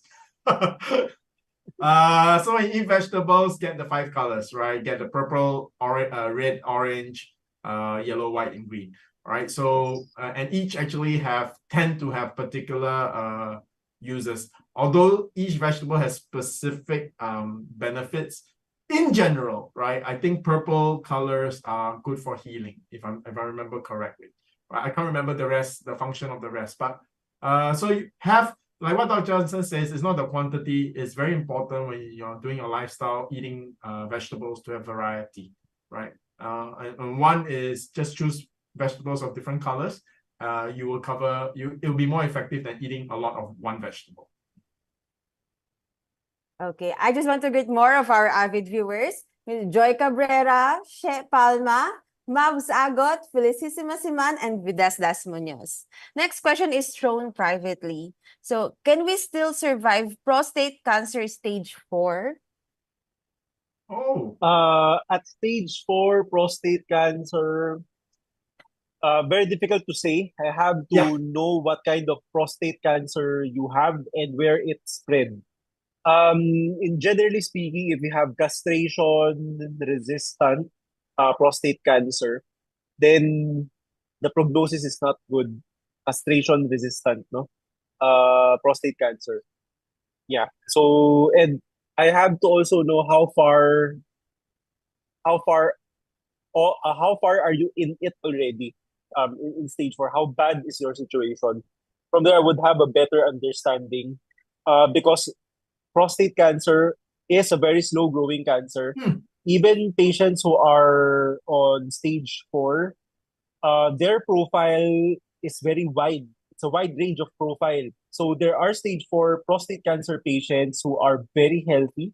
Yeah. They don't feel anything. Yes. There are prostate cancer patients on stage 4 whose health is not good already. I mean, when you look at them, they're sick. That's it. It's very different to other cancers like pancreatic cancer, Yeah, where wherein it's very consistent, right? yeah, Where it's very consistent. It's not gonna be good, no. Yeah, it's not like that. So to know for sure, to answer you more accurately, I have to talk to you. Yeah. I just want to, for this particular viewer who asked this question, I would want to start with a hopeful statement that, as Dr. Jansen said, even for 4th stage prostate cancer, it really varies. I just want to say that there is one particular doctor, Dr. Romulo Gavino, who shares his testimony. I met him like 10 years ago, and he was 3rd, 4th stage prostate cancer. He is still strong and very vibrant today. Okay, it's been 10 years and he's in the late stage, and his cancer was actually an aggressive prostate cancer. It's not the slow one, but yet he's doing well. He is a very active person. He involves himself in medical missions all the time. He's really cool guy, like a Sean Connery. He is 80 plus years old, right? So when I knew him, he was already late 70s. So all this, I hope, gives you how shall we say, a positive mindset as you set your consult with Dr. Jansen. So even for a doctor who had late stage cancer and not the slowest form, but actually one of the slightly more aggressive forms of prostate cancer, but yet he's been doing well. And he's actually maintaining on soft gel capsules for the last 10 years. And he's very active. He's also doing acupuncture, Dr. Jansen. I mean, he's acupuncturist as well. That's why he's practicing now, I think at age 80 plus. Which I was wondering, I hope he sees very clearly so that he pokes the right place. But he's a very active doctor, and I hope that's encouraging to the particular viewer who asked this question. 10 years going in, still going very strong. Thank you, Doc. Thank you, Sir Shyan. Next question from Chris Zyrene Vega. Good evening. Is rice can be a factor for cancer to recur? Oh, good. No. Even if you eat white rice, it's not dependent on that, no? Well, if you consume too much processed foods, no, which are foods that have very low in fiber, then probably so. You will incubate an environment where cancer can come back. No, after all, cancers usually grow in an environment where there is a lot of sugar, okay, and a lot of insulin. Okay, so that is a perfect environment for that is present in diabetic. Also present in patients who eat a lot of low fiber foods, high sugar ones. So white rice is one of them, no? But if you eat white rice alone and you mix it with high fiber foods, I don't think it will, because the food that you ate besides the white rice is high in fiber. But I wouldn't risk it if I am a cancer patient. I would definitely be eating brown rice, at least brown rice if I'm cheap. Okay. Yeah. So don't focus too much on a singular food. Right, like rice, no. Rice has been a staple of Asians Asian countries at that. And if we compare our cancer rates to Western countries, our cancer rates are definitely lower compared to the Western world, compared to Western countries. Okay, it's not just about how accurate or how many we are diagnosing. It's not really because of the healthcare system, but if we proportionate everything else, the Western world still at the top up there one of the top countries that has very high cancer rates. Okay, so don't focus too much on the rice per se. Focus on the meal, overall picture of your meal. Okay. Doc, since they asked about rice, can we ask your as like a reminder? There is black rice, red rice, brown rice, white rice. From a nutritional point of view and generally for good health, if I remember correctly, the best rice is black rice. Am I correct? Or was it Actually, red rice? It's black. Actually, it's black. Black rice, yes. Yeah. Yeah. The reason why is because if we compare the antioxidant that we get from black rice and the other antioxidants that we get from the other ones, like the red, the brown, no, the black rice has more benefits. Yeah, that's the only reason. But for cancer per se, I always recommend red. Yeah. Okay. Is there a reason why? I'm also curious. I'm actually curious. Why red over black? Yeah. There was this study that I encountered, a research paper wherein they compared the antioxidants extracted from different kinds of rice. So brown, white, black, and red. And they dripped the antioxidants on a petri dish of cancer cells. And among all the antioxidants, it was the red rice extract that was able to kill most cancer cells. It was followed by black, then brown. White has no effect. Okay, that's good to know. That's my reasoning. You know, to everyone, I also want to highlight what Dr. Jansen said. So just in case we don't get sidetracked by the rice thing, if you eat like the healthiest or the best rice for cancer patient, which is red rice, but you eat very little vegetables, it's worse. It's probably worse than taking white rice and a lot of vegetables. You know what I'm saying? So, because the amount of rice that you should take in your diet, you should manage it. You shouldn't eat like 3 cups of rice with every meal, right? And you should actually increase your intake of vegetables and different types of vegetables.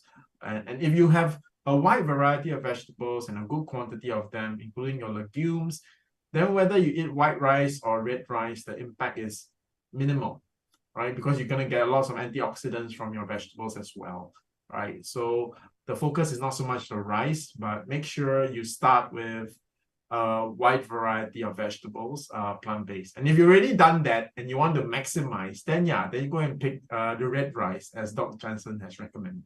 But start off by making sure you eat more vegetables and different types of vegetable within a single sitting, right? Not Monday red, Tuesday purple. It's every meal have 5 colors, not 1 color a day during the week, all right? So that's important for you to take note. Wow, you know, our new viewers must be learning a lot tonight, especially Wen Carino, Armela Ramos, Pia Melen, Susan Osorno, and Lourdes Lobaton from Bacolod. Next question coming from Lily Yap. Good evening. May I ask, how can I balance good hormones for breast cancer patients aside from good rest and sleep? That's not my specialty already. What's the question again? Yeah, how can you have a good balance of hormones for if you have breast cancer? Yeah. Yeah, it's a good question, but that's not my thing already. Yeah, it's not my thing. That's not what I do.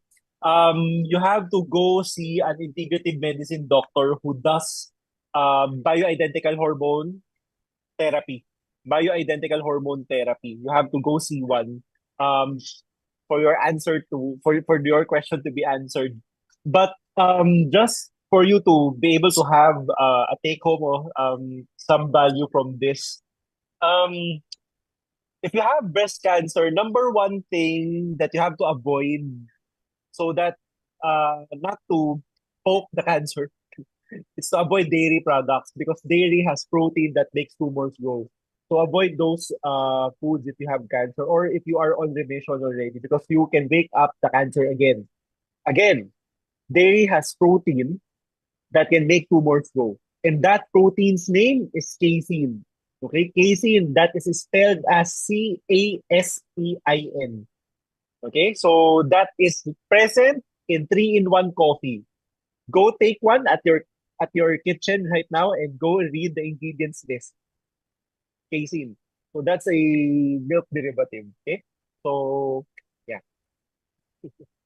I would also take this opportunity because I think commonly asked question to Dr. Jansen and myself also is that many cancer patients who are very thin or losing muscle mass are often recommended by their uncles to take protein shakes, including a very well-known brand called Ensure, right? So our recommendation here still stands. All right, dairy is not the ideal form.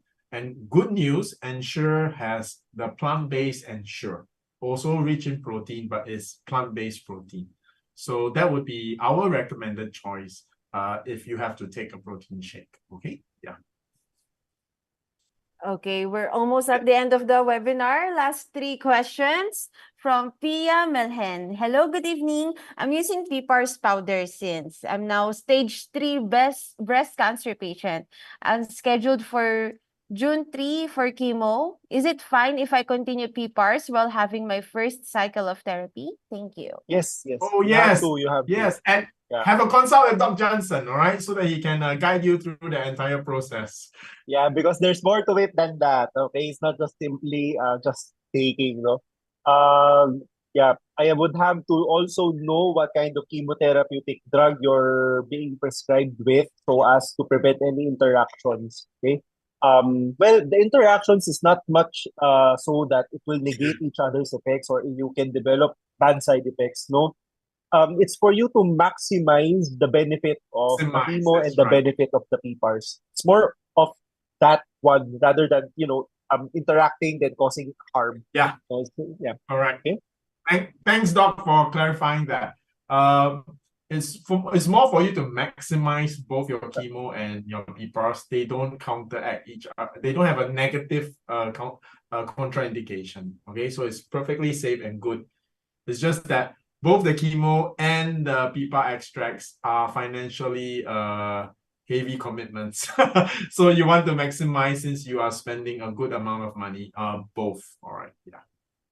Okay, next Jhen, question. I see a question by Suzanne. Mhm. So Suzanne, I think she's just saying that she's sorry she's late, but she's interested to know if she can use the supplements. She's been diagnosed with breast cancer 2 years ago, early stage. So I assume it's been 2 years. So I assume that your cancer is normal now. If it's not, please have a consult with Dr. Jansen. Right? If it is, if you're already clear, then yeah, do take the tablets. I would still recommend you to go for a consult with Dr. Jansen.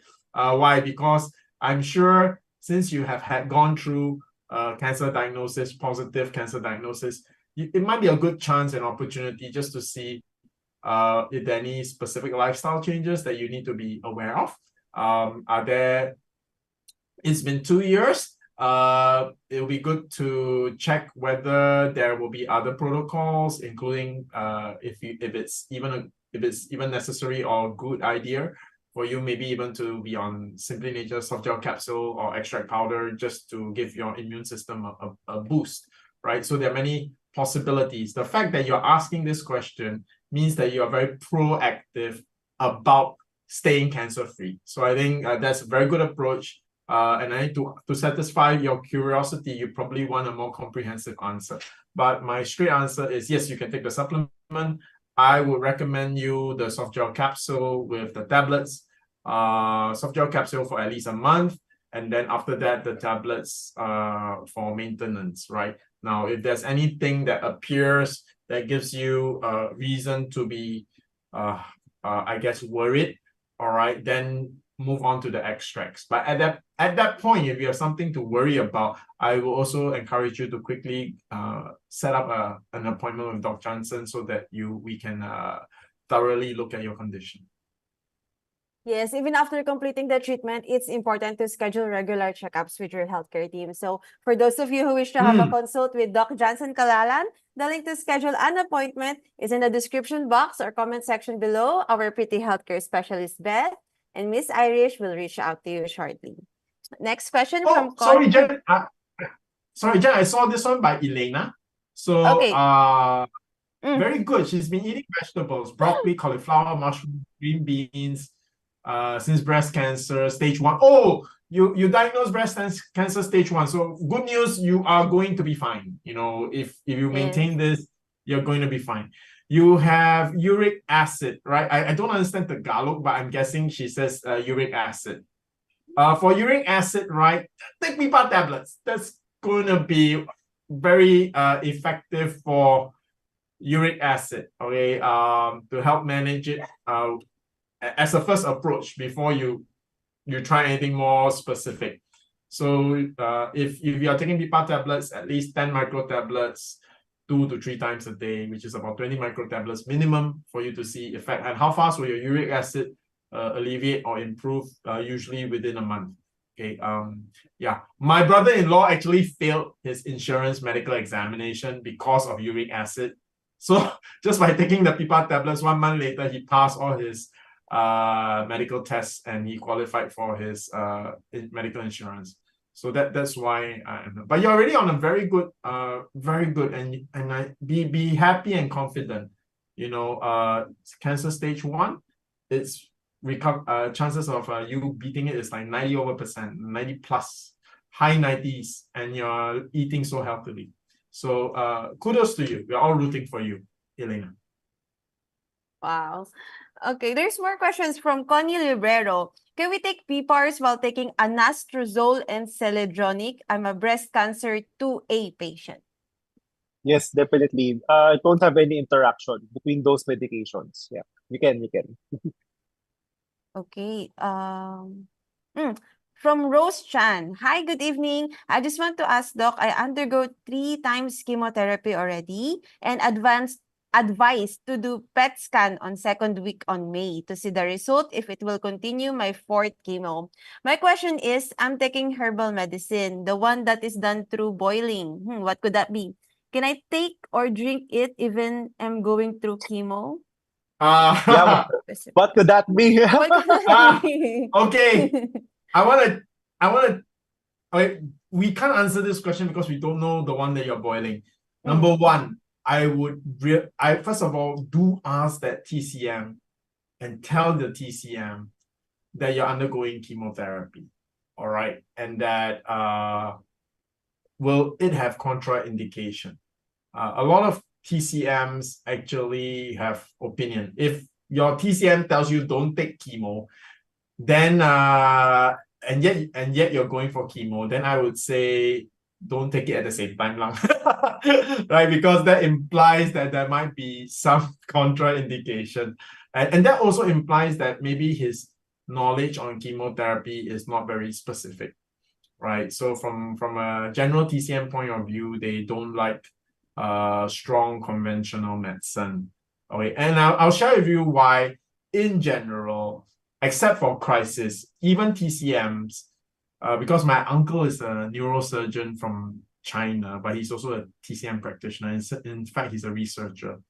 He absolutely believes that in critical illness or crisis, nothing works better than conventional medicine.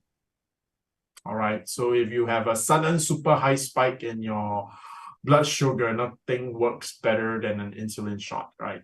So so it is always the case that if it's critical, nothing beats conventional medicine to stabilize the patient. However, in general, TCMs don't like chemotherapy or any strong conventional medicine that is chronic, simply because it damages the body's organs, and it makes it harder for them to rebalance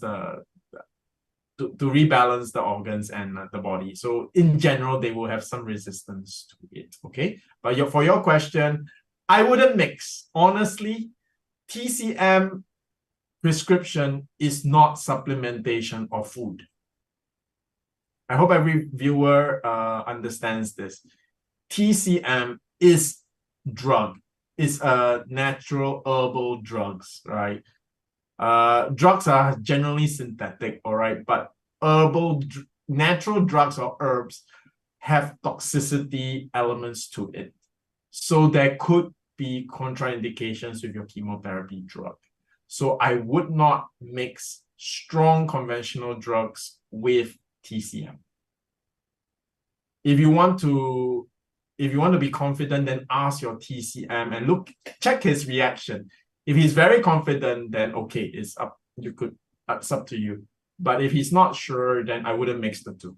Right? You can mix supplements like multivites, PPAR tablets. These are foods and these are supplements. But traditional Chinese medicine is still medicine, right? It's just that it's not Western pharmaceutical drugs. It is still herbal, so it has its toxicity, right? So even in Chinese medicine, we'll say this thing called 以毒攻毒, which means using poison to treat poison. So it's exactly no different from a Western pharmaceutical drug, using a poison to treat an ailment, all right? So philosophically, they are the same thing. So to all our viewers out there, those who are taking TCM prescriptions, the ones that you boil, okay, there is very strong likelihood that there is toxicity elements to it. I wouldn't mix that with chemotherapy unless you clearly clarified with your TCM doctor and he is aware of the chemotherapy drugs that you're taking. Yeah, Okay. that sounded a bit heavy. That sounded a bit heavy. But this is the few times, I just want to caution everybody. TCM is not the same as natural, okay? It's not. Taking oranges is very different from taking an herbal herb, all right? There is, in the TCM almanac, it's like the Ms, there are side effects to every herb that you take. If you take too much of it, it can have a negative toxicity effects. Right? Yeah, I remember it in my pharmacy school. Shaolin Ben Kaojang is the name of the book. Wow! Jhen! Yeah. For everyone, Jhen's actually a certified pharmacist, and if I'm not wrong, a top scorer in the board for you. Don't be embarrassed, Jhen. She's actually a top scorer when she took her board exams for pharmacy. All right. Okay. It looks like we've covered all our questions. This will be our last question for tonight from our youth. You're not obese, you're not overweight, you're young, that 2,000 is enough. But if you have some sort of whatever ailment, no matter how mild it is, my range is usually between 5,000 to 10,000 international units per day. If you have autoimmune diseases, it's gonna be way higher. Okay, so why the variation in those? It's because each individual's requirement for vitamin D is unique.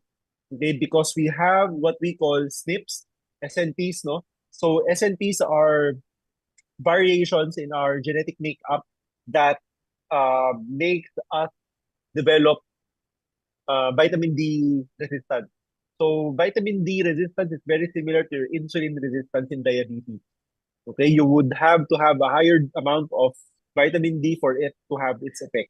Okay, which is what happens usually in autoimmune diseases. So, so going back to you, since you are a cancer patient, for cancer patients, I haven't given any dose higher than 10,000. Usually 10,000 is more than enough most of the time. But for you, I think 10,000 would also be the one for you. No? But the other supplements, I have to talk to you.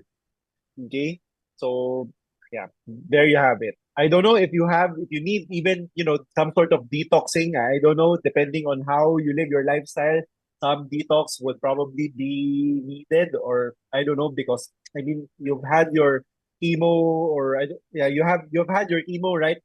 Years before, so yeah, I don't know really what kind of what your health status is right now. So but that's it. Vitamin D3, go for that one. Okay, if you have any follow-up questions, don't worry, we'll answer each of your questions next webinar or via direct message. And just before we say goodbye, kindly give our viewers your parting words for tonight. I'll start first. I hope I saw a lot of remarks, and I especially enjoyed today's AMA because number one, I think Dr. Jansen is more energetic today. I think he just had a great day today. He's glowing.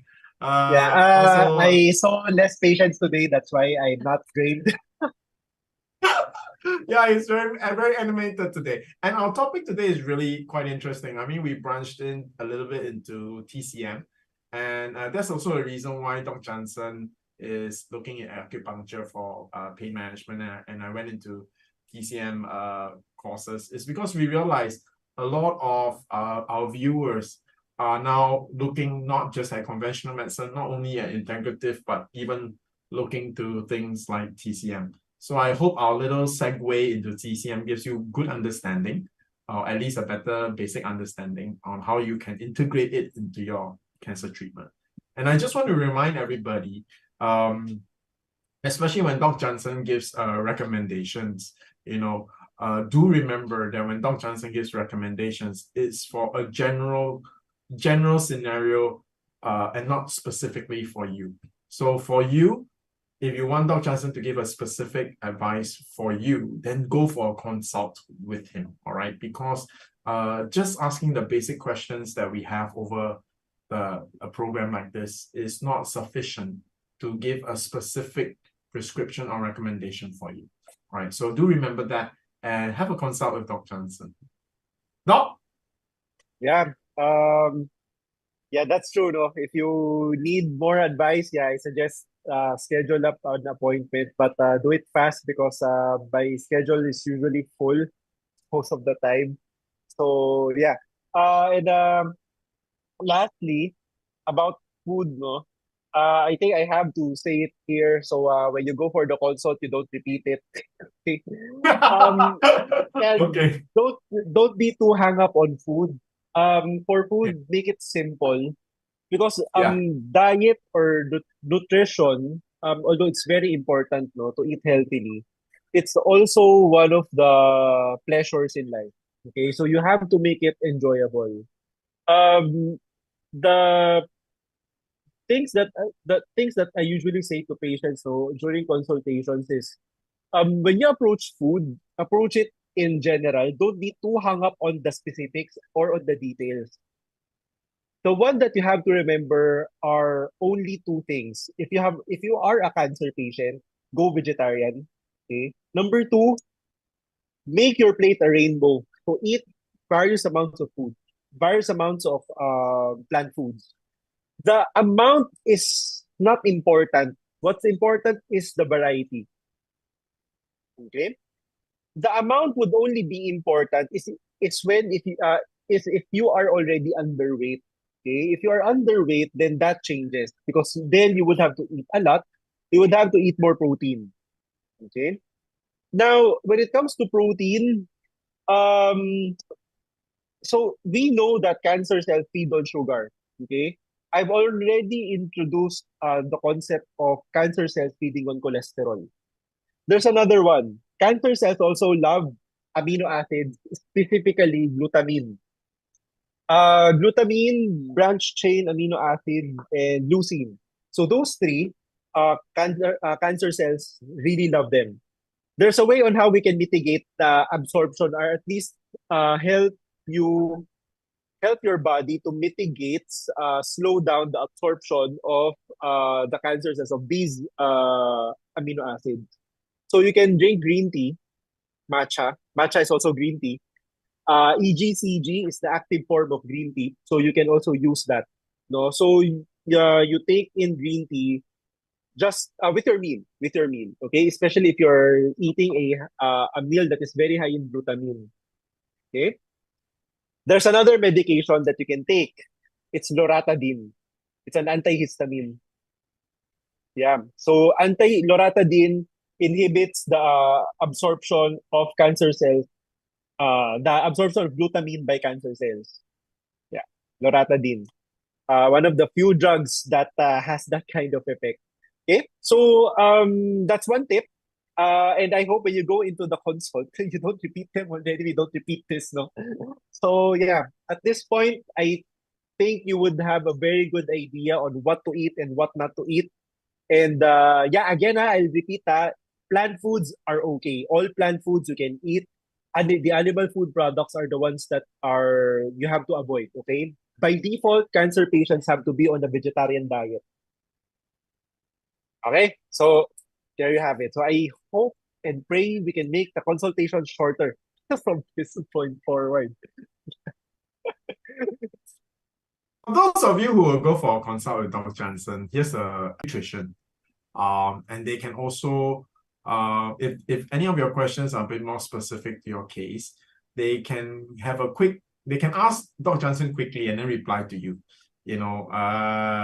so that you don't really need to spend another consult with Dr. Jansen. So that's one of the good things. Having a consult with Dr. Jansen will avail you. All right. Yeah, Jhen. I think we're done. Yes. Thank you everyone for being with Thank you, us. It's Doc. 9:07. Wow. All right. So, thank you, Sir Shyan. Thank you, Doc Jansen. Yeah, we hope to see you again in our future webinars to come. Same day, same time, every Thursday night at 7:30 p.m.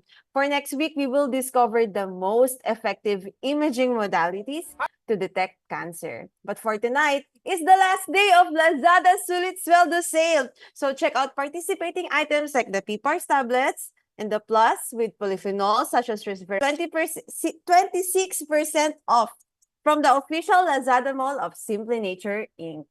And then lastly, this July 27, Saturday, we are calling again all cancer patients, survivors, and advocates.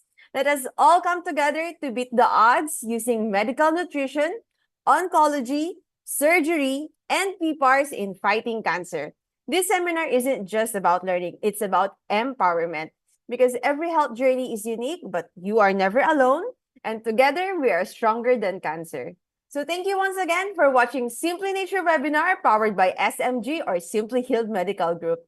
Because your curiosity about your health condition and your victory over cancer and metabolic diseases is what keeps us going.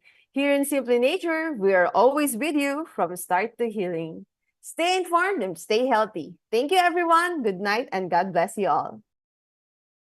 Welcome to the innovative modalities in cancer treatment.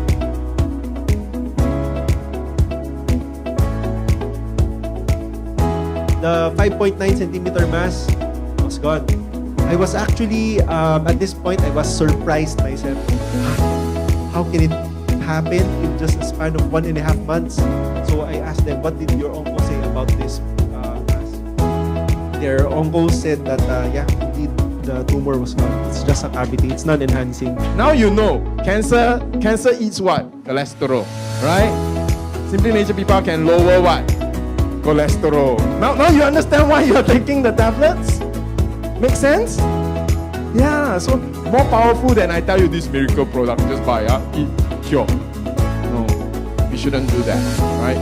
Because cancer is not a stationary disease. It keeps changing. So it's best that you understand what's happening, right?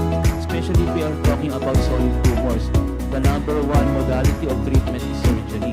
Then to prevent recurrence, then we do the other adjuvant treatments like chemotherapy, immunotherapy, or targeted therapy, and also radiotherapy. I have learned the innovative modalities that can be offered to my mom. Tapos on how to take care of ourselves also.